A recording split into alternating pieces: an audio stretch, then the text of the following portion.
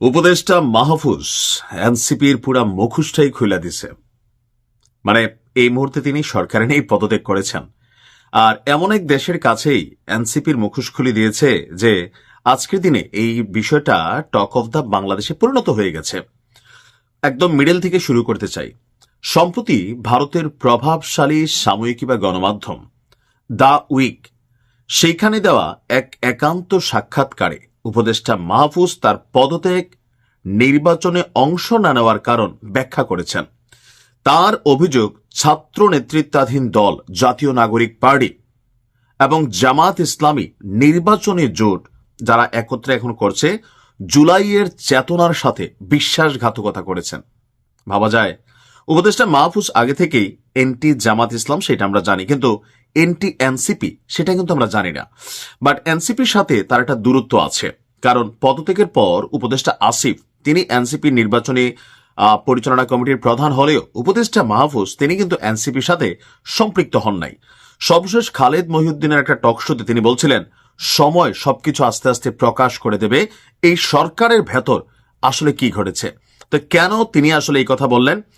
তার বক্তব্য, আওয়ামী লীগ এবং জামাত একে অপরের অল্টার ইগো বা পরিপূরক সত্তা হিসাবে তিনি অভিহিত করেছেন। তার মতে পুরনো রাজনৈতিক বন্দোবস্ত বা ওল্ড গার্ডের পুনর্গঠনের ফলেই তারা যেটা নতুন বন্দোবস্ত করতে চাইছে সেটা হয় নাই। আর পুরনো বন্দোবস্ত বা ওল্ড গার্ডের পুনর্গঠনের ফলে জুলাই বিপ্লবের যে মূল আকাঙ্ক্ষাগুলো তা আজকে হুমকির মুখে। তো এখানে যা দ্য উইকের যিনি সাংবাদিক আছেন তিনি তার কাছে প্রশ্ন করেছিলেন যে আপনি সম্প্রতি পদত্যাগ করেছেন, নির্বাচনে প্রতিদ্বন্দ্বিতা করার পরিকল্পনা করেছিলেন, সবাই ভাবছিল এনসিপিতে যোগ দিবেন, তো করলেন না। আর এনসিপি জামায়াত জোটের প্রতি আপনার আপত্তি ছাড়াও আর কি কি কারণে আপনি সরে দাঁড়ালেন? তো তার বক্তব্য ছিল যে এনসিপি জামায়াত জোটের পুরো বিষয়টা এটি বিভিন্ন মহলের সাথে কোনো সঠিক বোঝাপড়া ছাড়া সিদ্ধান্ত নেওয়া হয়েছে। যেমন এক সন্ধ্যায় এনসিপি নেতাদের মধ্যেও অনেকে জানতেন না যে এই ধরনের কোনো জোট হতে যাচ্ছে। পরবর্তী সময় সাংবাদিকের প্রশ্ন ছিল, জুলাই অভ্যুত্থানের মস্তিষ্ক আপনাকে বলা হতো মাস্টার মাইন্ড, আর আজ যখন আপনি অন্তর্বর্তী সরকার ছাড়ছেন, নির্বাচনে প্রতিদ্বন্দ্বিতা করার পরিকল্পনা করছিলেন, পিছিয়ে গেলেন। এই 1.5 বছরের যাত্রা খুব সংক্ষেপে বা আপনি শিক্ষার্থীদের কিভাবে দেখছেন এবং আপনি কেন এনসিপিতে যোগ দেননি? তার বক্তব্য ছিল 1.5 বছর একটা চ্যালেঞ্জিং ইস্যু ছিল, স্বপ্নের যাত্রা অনেক কিছু করবে, বাট আসলে এখানে কোনো কিছুই ওইভাবে তারা করতে পারেনি। কোনো শক্তির মাধ্যমে নয়, বরং ইতিহাস আমাদের এখানে দাঁড় করিয়েছিল। আর এটা ছিল একটা বড় বিষয়। এই মুহূর্তে তিনি কোনো দলে যোগ দিচ্ছেন না বা নির্বাচন লড়ছেন না, কারণ বিএনপি তারা সিট দেয় না, এটাও বাস্তব। আর এনসিপির সাথে তার দূরত্ব এই কারণে মাঝখানে এসে আটকে গেছে। এখন এনসিপি জামায়াত জোট, এই জোটের কারণেই এনসিপিতে যোগ দেয়নি মাহফুজ। তার বক্তব্য যে আমি জামায়াতের রাজনীতি এবং এই ধরনের আদর্শিক দ্বিমেরু নিয়ে কথা বলেছি। যেমন জামাত এবং আওয়ামী লীগ হলো একে অপরের অল্টার ইগো। জামাত হলো আওয়ামী লীগের অল্টার ইগো, সুতরাং আওয়ামী লীগ এখানে থাকলে জামায়াত থাকবে, আর জামায়াত থাকলে আওয়ামী লীগ থাকবে।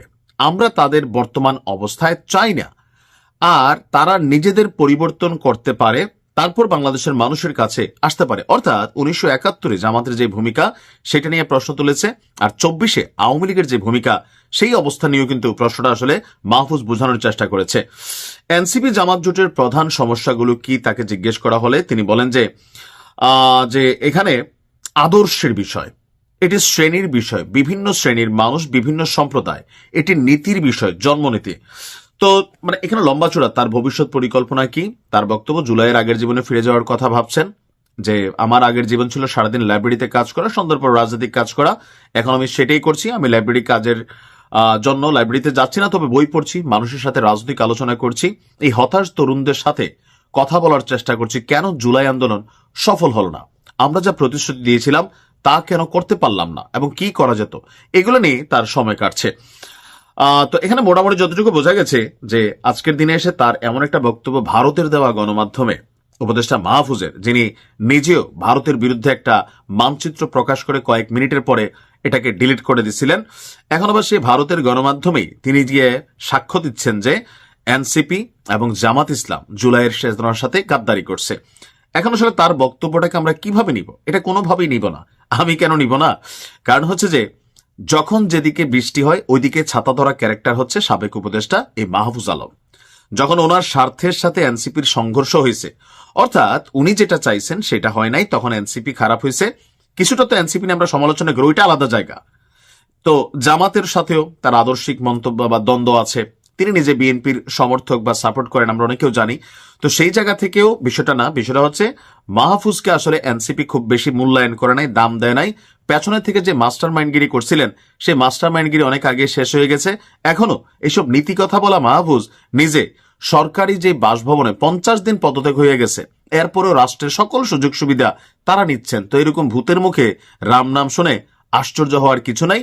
তবে এনসিপির এই যে মুখোশটা ভারতের সামনে খুললো, জামাত নিয়ে এমনি ভারতের একটা জামাত ফোবিয়া আছে, সেখানে এটা খুললো, এটার জন্য নিশ্চয়ই জামাত এবং এনসিপি নেতাকর্মীদের তোপের মুখে পড়তে হবে উপদেষ্টা সাবেক মাহফুজকে। এরা আসলে কোনোভাবেই ওই যে বললাম না, একদম পরিচ্ছন্ন কোনো ক্যারেক্টার জোরে বাবা কি একটা কথা বলছো এরকম কিছুই না। যার যেদিকে ধান্দা ভাই কথাবার্তা সেদিকে যায়। আর দিন শেষে এসব ডায়লগ ভারতের কাছে গিয়েই দিছে, এগুলো পাকিস্তানের কাছে দেয় নাই। কারণ মাহফুজ নিজেও অনেকটা তাকে নিয়ে একটা দলের নাম মেনশন করা হয়, দলটার নাম ভুলে গেছি, বাট যেটা এনটি জামাত ইসলামের সাথে কানেক্টেড। যাই হোক, ভালো থাকুন, আসসালামু আলাইকুম।